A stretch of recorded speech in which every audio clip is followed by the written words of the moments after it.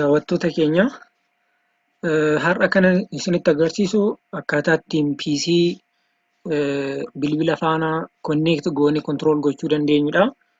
Kanaafis jalqaba kan deemnu gara monect.com websaayitii jedhamuttidha. Gara monect.com kan jedhu deemnee gara download kan jedhu deemna. Ergasii booda ishee kanarra click goone download goone akkaataa ittiin bilbila keenya connect gochuu dandeenyuun ilaallaa jechuudha. Ani download godheera waan ta'eef compressed kan ta'e keessa PC Remote Receiver Setup kan jedhu jira. Isa install godheen isinitti agarsiisaa jechuudha. Kanaaf ishee kana double click goona. Inni kun bilbila keenya akkaataa ittiin fayyadamnuu fi jechuudha. Agree inni install jennaani jechuudha.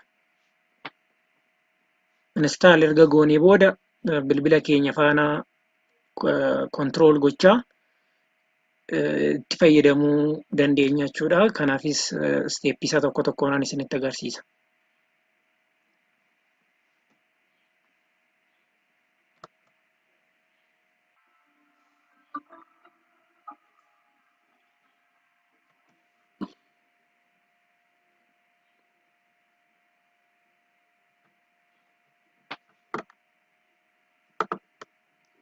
Amma kana nuuf xumureera waan ta'eef maal goona jechuudha. Kana finish jenneeni run jennaani.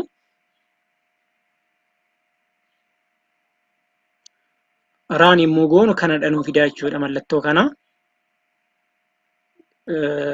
Kanaafis kan nu barbaachisu bilbila keenya irrattis appilikeeshinii sana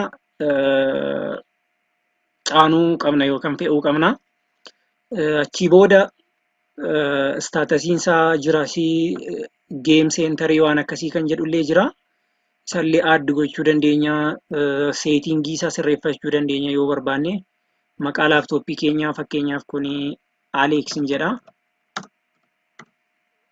Allow any device to connect to kan jedhu jira, conditional connection kan jedhu jira. Isaan kana sirreessinee picture icon illee filachuu dandeenya. Ishee kanas browse goone as keessa picture keessa yookaan downloads keessa picture wayii filachuu dandeenya. Isaan filannee sirreeffachuu dandeenya jechuudha. Kan biraa generate code jennaani jechuudha. Koodii kana maal goona scan goone bilbila faana connect gochuudhaan remotely control gochuu dandeenya jechuudha. Kanaafuu waan daawwattaniif galatooma.